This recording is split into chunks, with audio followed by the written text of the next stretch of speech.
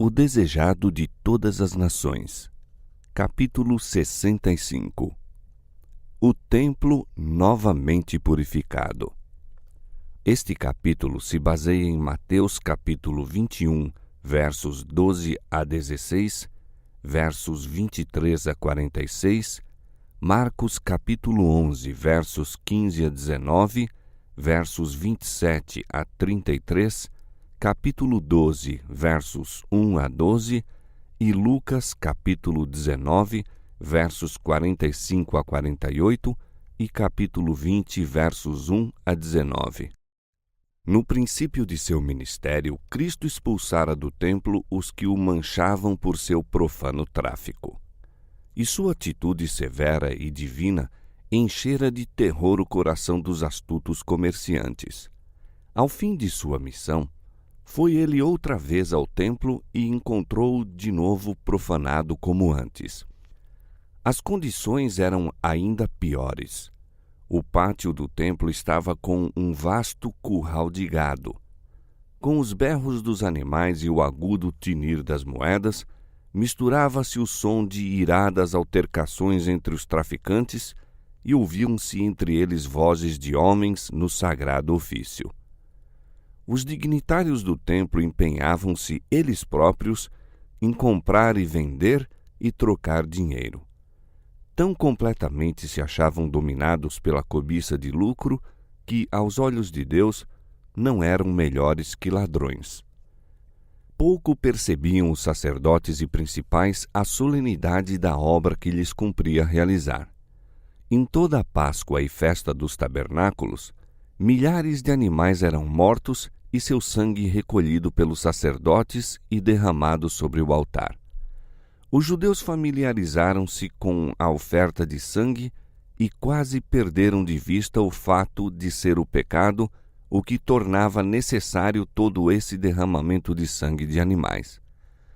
Não discerniam que isso prefigurava o sangue do querido Filho de Deus, que seria derramado pela vida do mundo e que, pela oferta de sacrifícios, deviam os homens ser levados ao crucificado Redentor. Jesus olhava as inocentes vítimas do sacrifício e via como os judeus haviam tornado essas grandes convocações cenas de derramamento de sangue e de crueldade. Em lugar de humildade, arrependimento pelo pecado, multiplicaram o sacrifício de animais como se Deus pudesse ser honrado por um serviço destituído de coração. Os sacerdotes e principais endureceram a alma pelo egoísmo e a avareza. Os próprios símbolos que indicavam o Cordeiro de Deus haviam eles transformado num meio de ganho. Assim, aos olhos do povo fora destruída, em grande parte, a santidade do serviço sacrificial. Despertou-se a indignação de Jesus. Sabia que seu sangue, tão próximo a ser vertido pelos pecados do mundo, seria tão pouco apreciado pelos sacerdotes e anciãos como o dos animais que derramavam incessantemente. Contra tais práticas falara Cristo por meio dos profetas. Dissera Samuel: tem porventura o Senhor tanto prazer em holocaustos e sacrifícios como em que se obedeça à palavra do Senhor? Eis que o obedecer é melhor do que o sacrificar, e o atender melhor é do que a gordura de carneiros. E Isaías, vendo em visão profética a apostasia dos judeus, a eles se dirigiu como príncipes de Sodoma e Gomorra.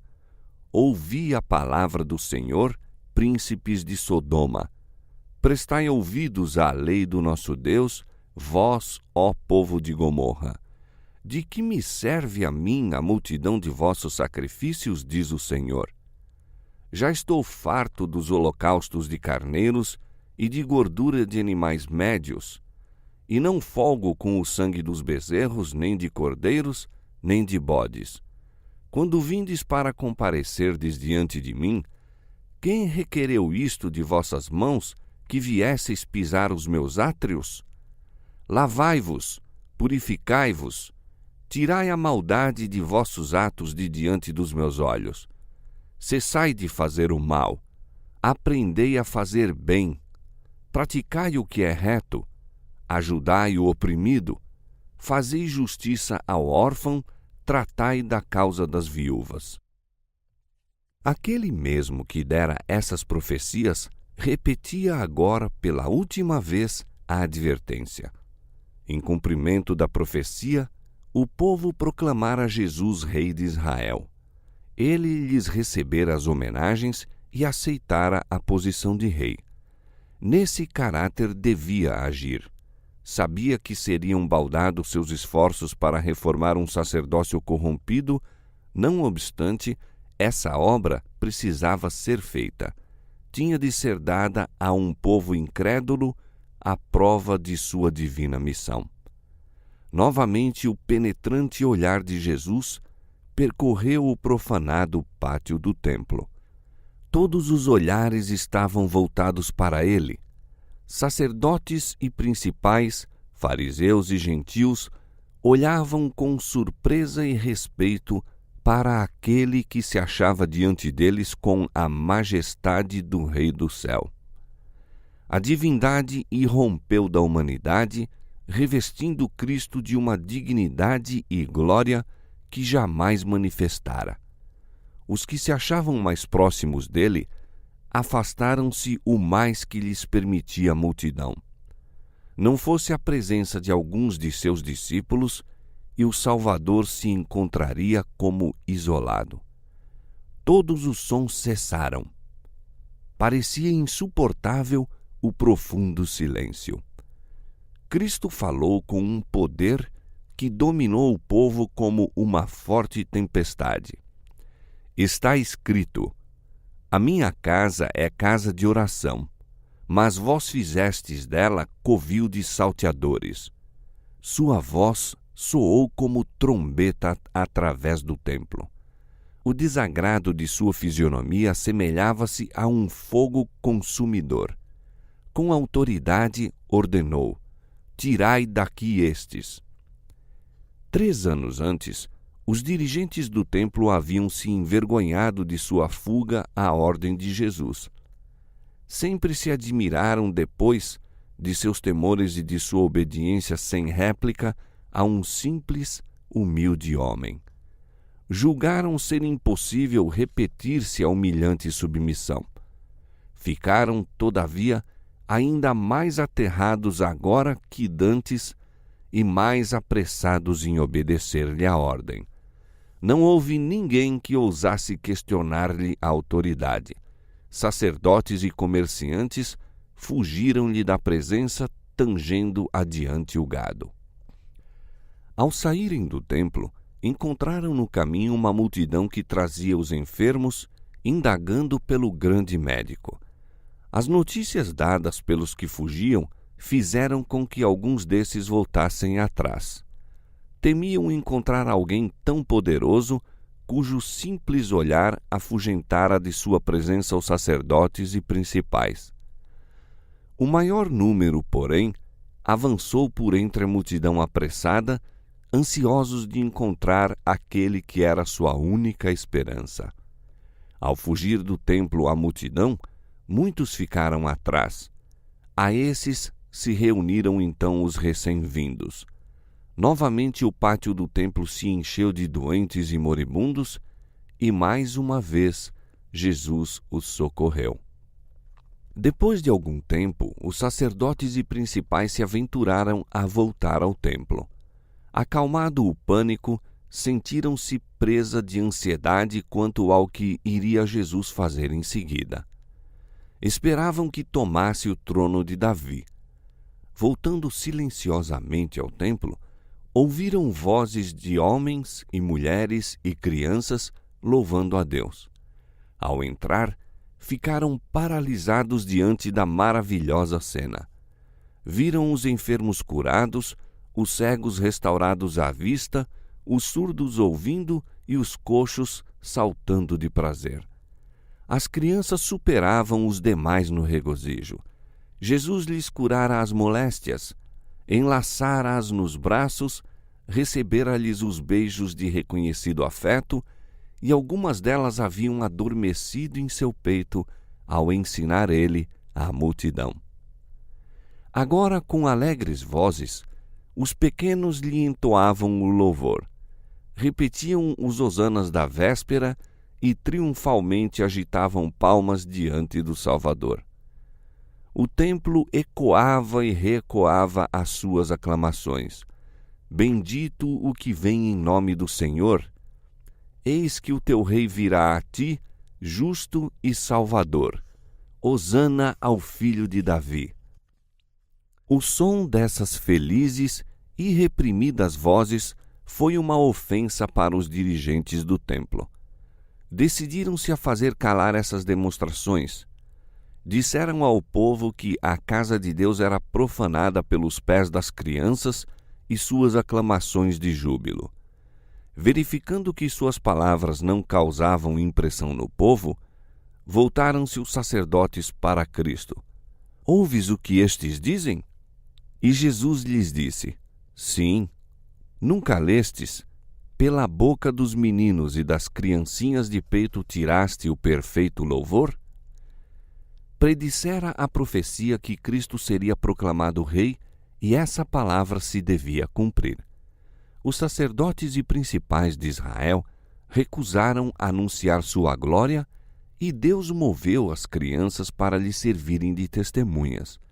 Silenciassem as vozes infantis, e os próprios pilares do templo entoariam o louvor do Salvador. Os fariseus ficaram inteiramente perplexos e desconcertados. Alguém que não podiam intimidar achava-se com a direção. Jesus tomara sua posição de guarda do templo. Nunca dantes assumira essa régia autoridade.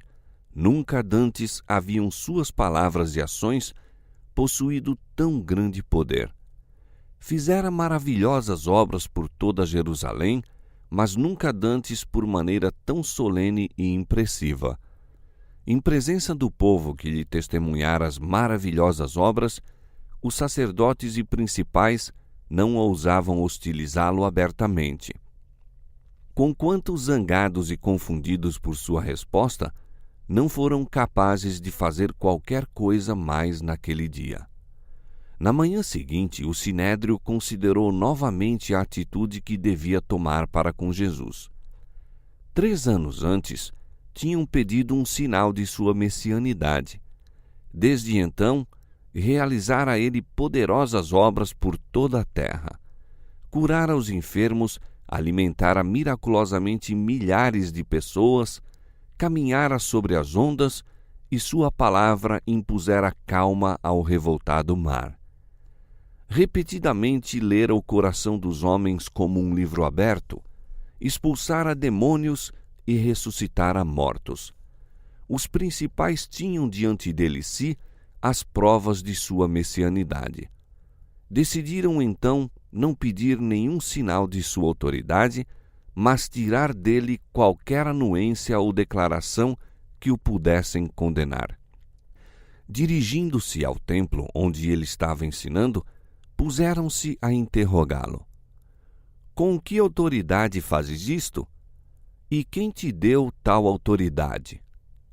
Esperavam que ele declarasse proceder de Deus sua autoridade. Essa afirmação intentavam negar. Mas Jesus os enfrentou com outra interrogação, aparentemente ligada a assunto diverso, e tornou sua resposta dependente da que eles dessem à pergunta. O batismo de João, disse ele, de onde era? Do céu ou dos homens? Viram os sacerdotes encontrar-se diante de um dilema do qual nenhum sofisma os podia livrar. Se dissessem que o batismo de João era do céu, tornar-se-ia patente sua incoerência. Cristo diria: então, por que não crestes? João testificara de Cristo: eis o Cordeiro de Deus que tira o pecado do mundo. Se os sacerdotes acreditassem no testemunho de João, como poderiam negar a messianidade de Cristo? Se declarassem sua crença real de que o mistério de João era dos homens, trariam sobre si mesmos uma tempestade de indignação, pois o povo acreditava que João era profeta. Com vivo interesse aguardava o povo a decisão. Sabia que os sacerdotes haviam professado aceitar o ministério de João e esperava que reconhecessem indiscutivelmente que fora enviado por Deus. Mas depois de conferenciarem em segredo entre si, decidiram não se comprometer. Professando hipocritamente ignorância, disseram: "Não sabemos." "Nem eu vos digo com que autoridade faço isto", disse Jesus. Escribas, sacerdotes e principais ficaram todos em silêncio. Confundidos e decepcionados, quedaram cabisbaixos, não ousando insistir em interrogar a Cristo.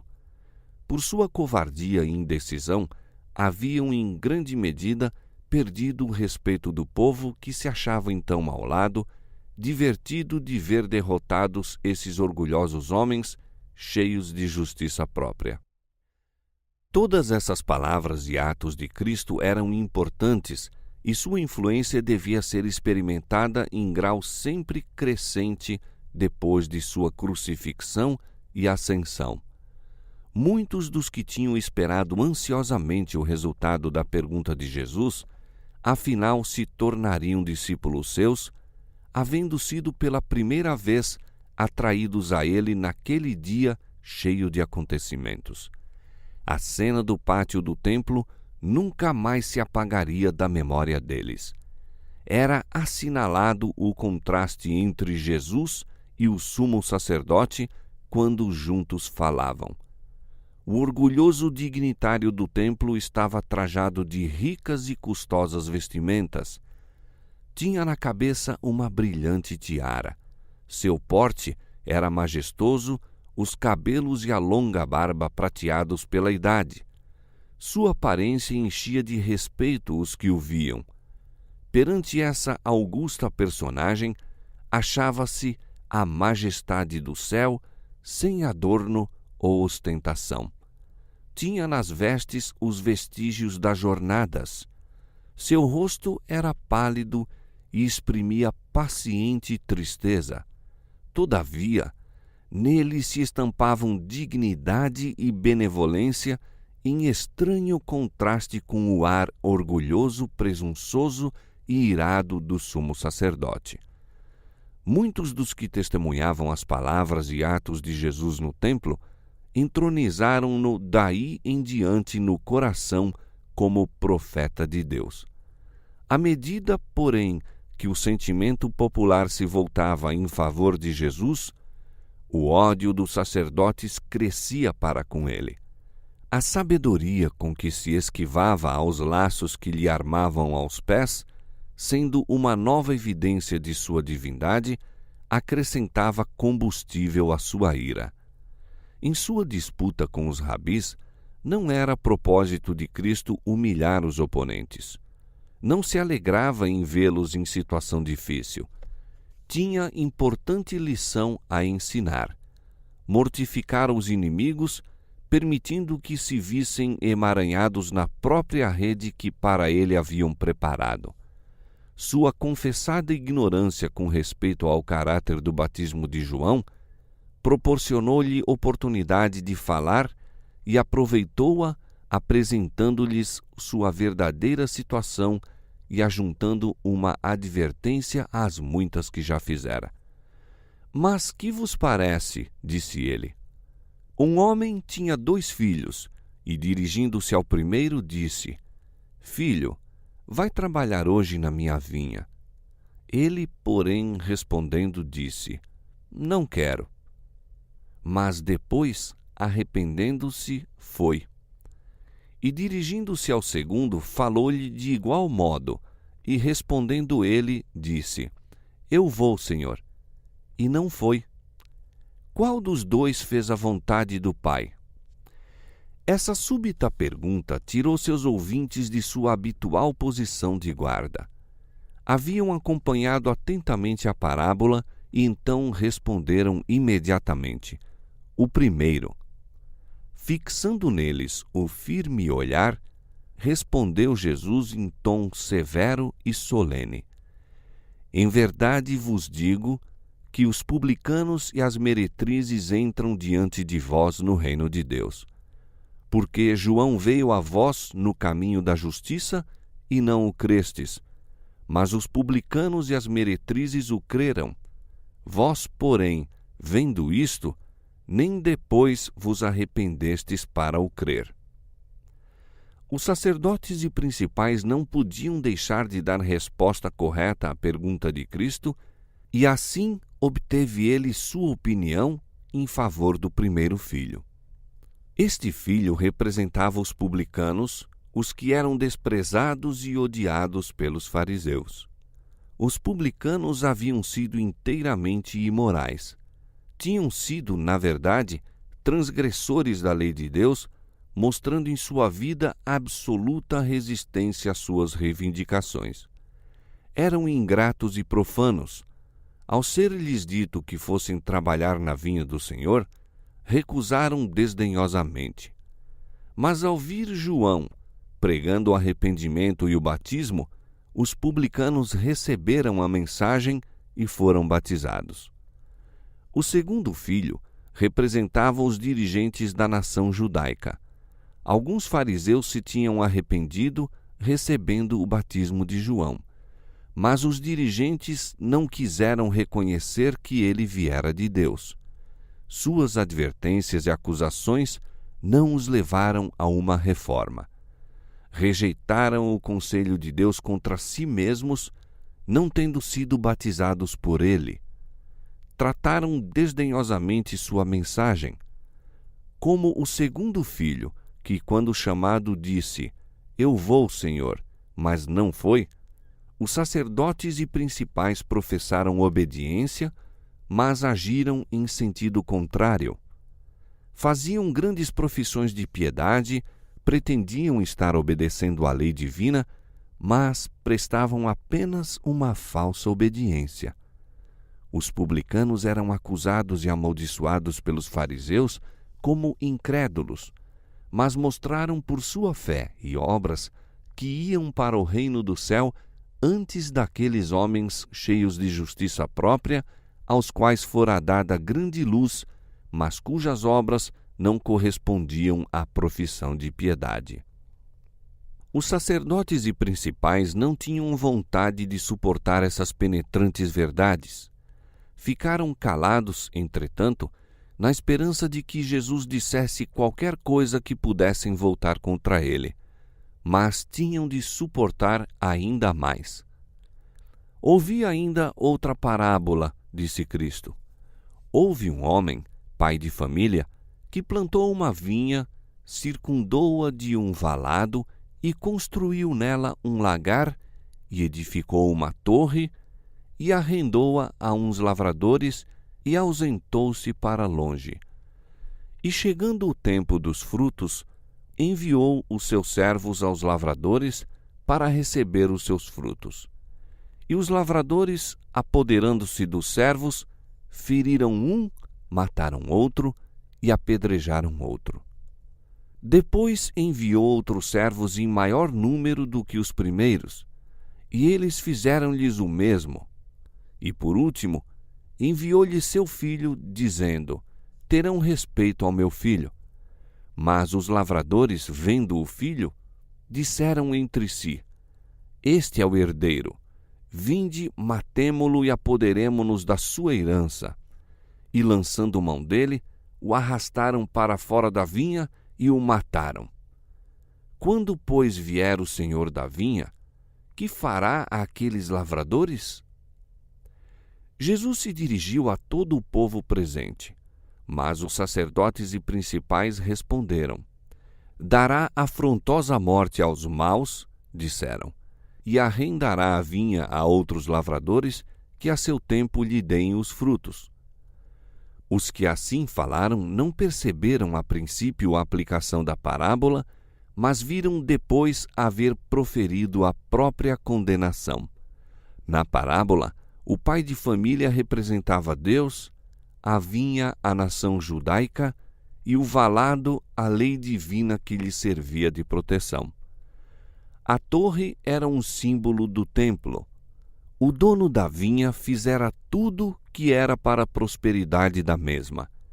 Que mais se podia fazer à minha vinha, disse ele, que lhe não tenha feito?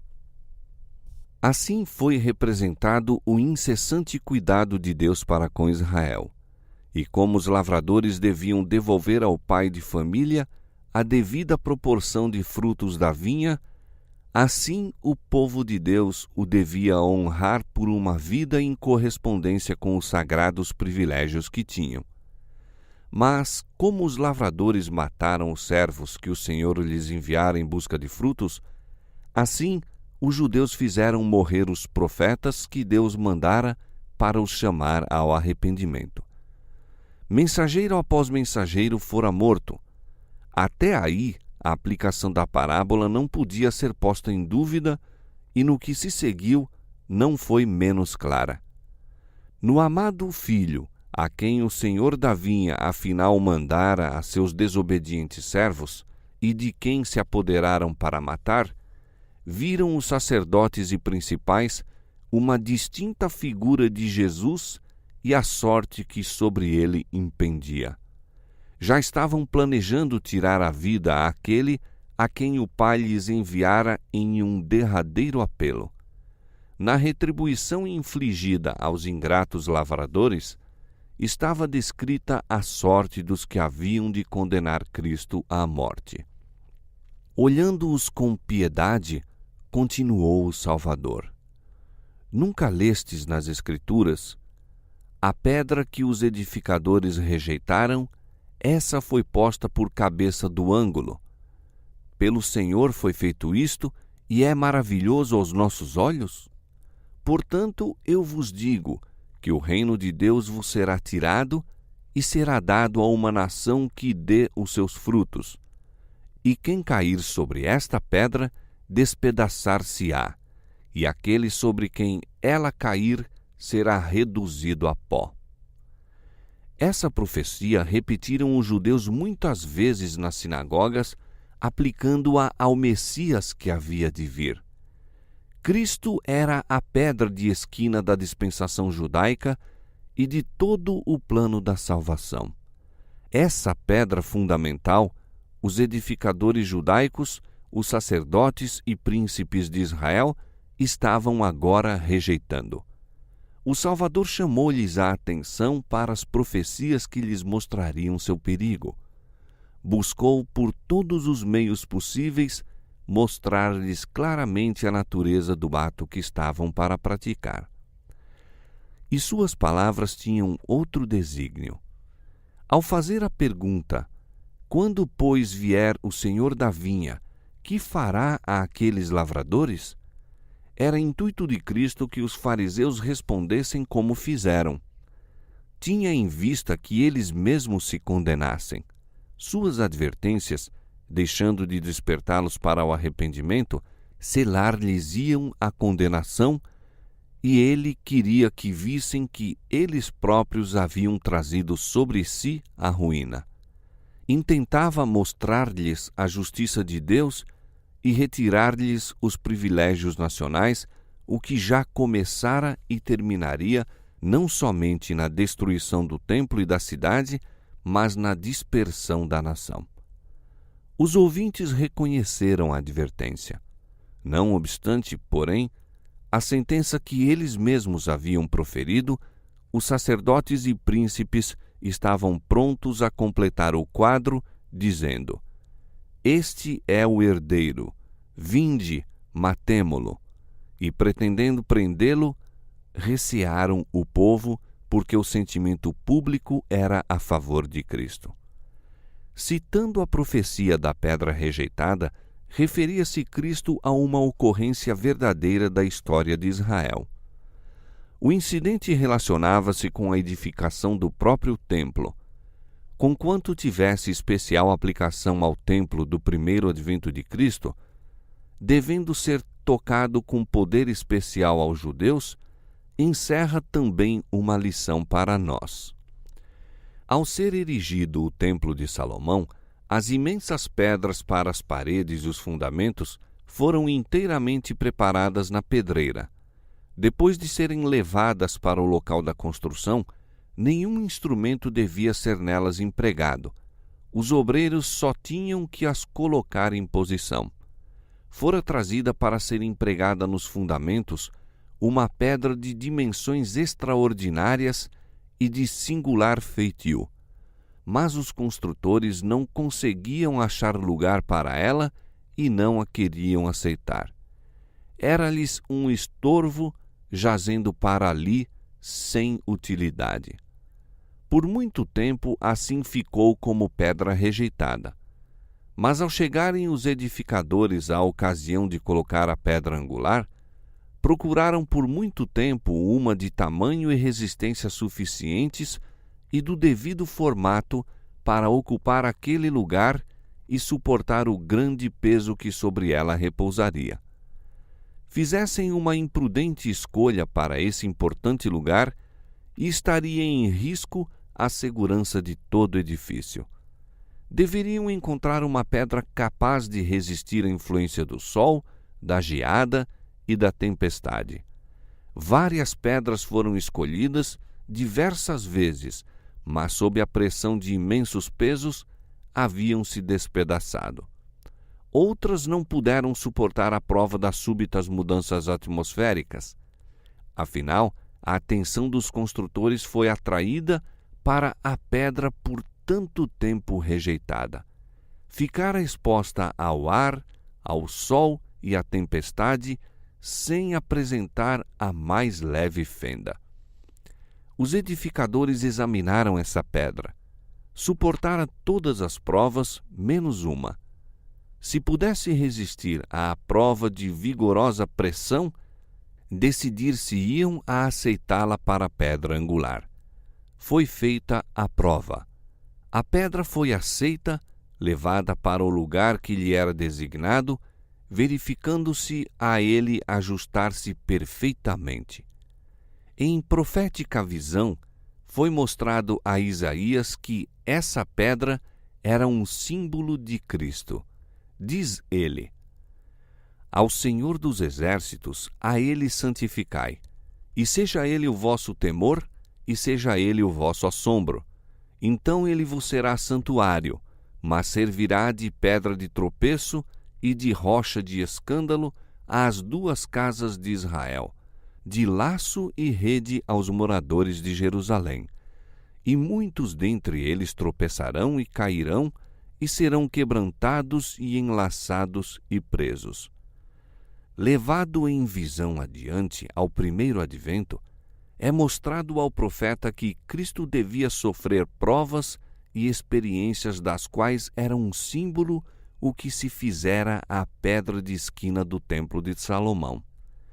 Portanto, assim diz o Senhor Jeová: Eis que ponho em Sião uma pedra já provada, pedra preciosa de esquina, que está bem firme e fundada. Aquele que crê, não se apresse. Com infinita sabedoria, escolheu Deus a pedra fundamental e a colocou Ele mesmo. Chamou-a firme. O mundo inteiro pode depor sobre ela seus fardos e pesares, pode suportá-los a todos. Com perfeita segurança podem edificar sobre ela.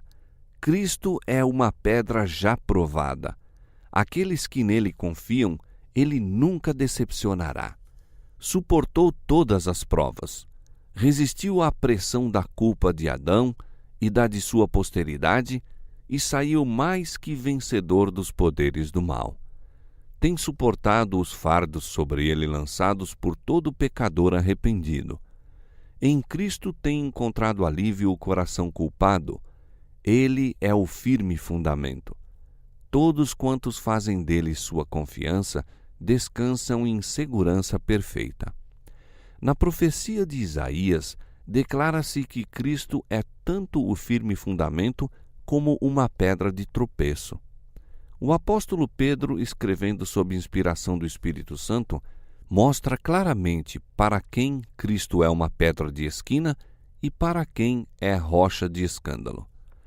Se é que já provastes que o Senhor é benigno, e chegando-vos para ele, pedra viva, reprovada na verdade pelos homens, mas para com Deus eleita e preciosa, vós também, como pedras vivas, sois edificados casa espiritual e sacerdócio santo, para oferecer sacrifícios espirituais agradáveis a Deus por Jesus Cristo.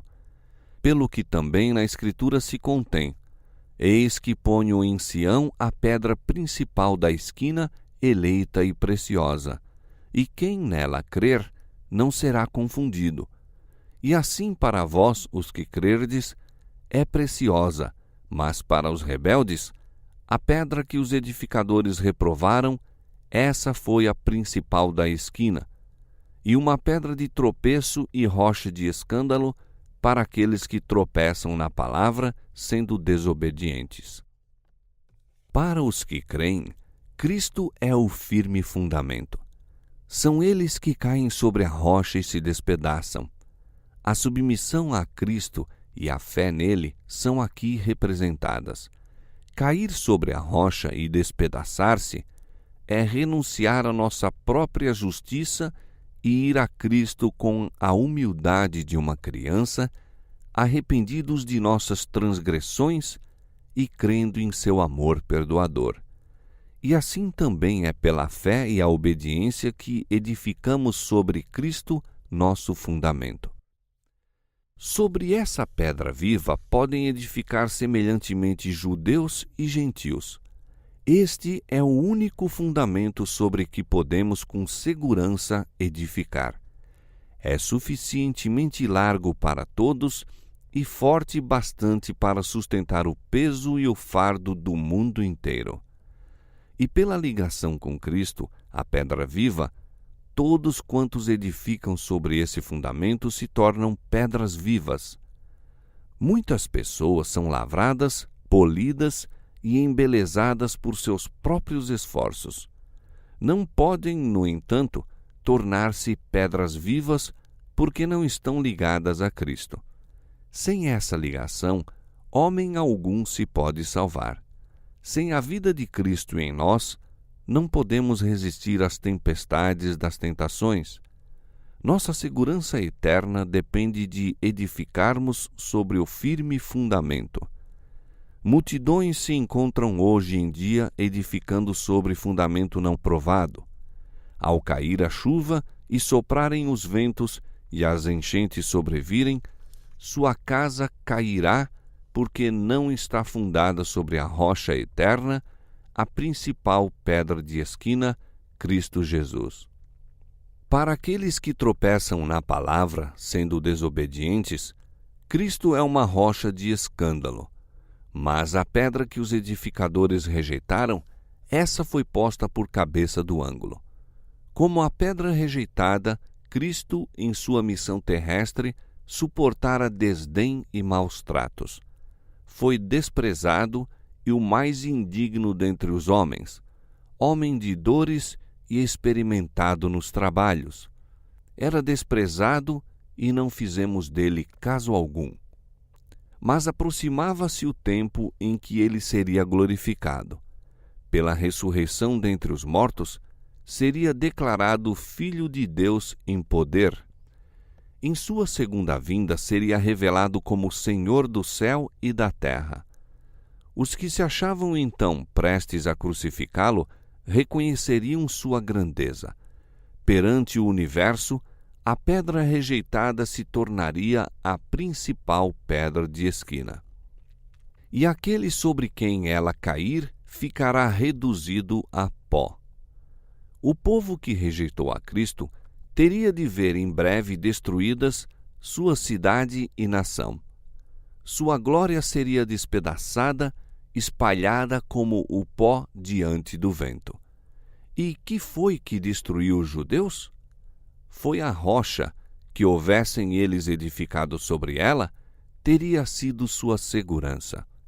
Foi a bondade divina desprezada, a justiça maltratada e menosprezada sua misericórdia. Os homens deliberaram opor-se a Deus, e tudo quanto teria servido para sua salvação foi voltado para sua destruição. Tudo quanto Deus ordenara para a vida, acharam ser para a morte. Na crucifixão de Cristo pelos judeus, estava envolvida a destruição de Jerusalém. O sangue derramado sobre o Calvário foi o peso que os fez abismar na ruína para este mundo e o mundo por vir. Assim será no grande dia final, quando o juízo cair sobre os que rejeitam a graça divina.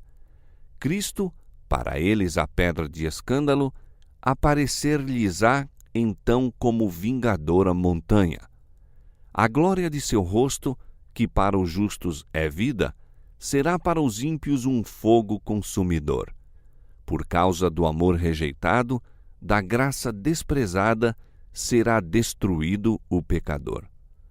Mediante muitas ilustrações e repetidas advertências, Jesus mostrou qual seria o resultado para os israelitas de rejeitar o Filho de Deus. Nessas palavras, dirigia-se a todos em todos os séculos que se recusam a recebê-lo como Redentor. Todas as advertências são para eles.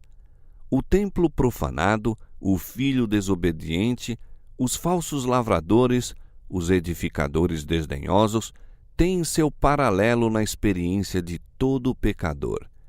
A menos que este se arrependa, sobrevir-lhe-á a condenação prefigurada por aqueles.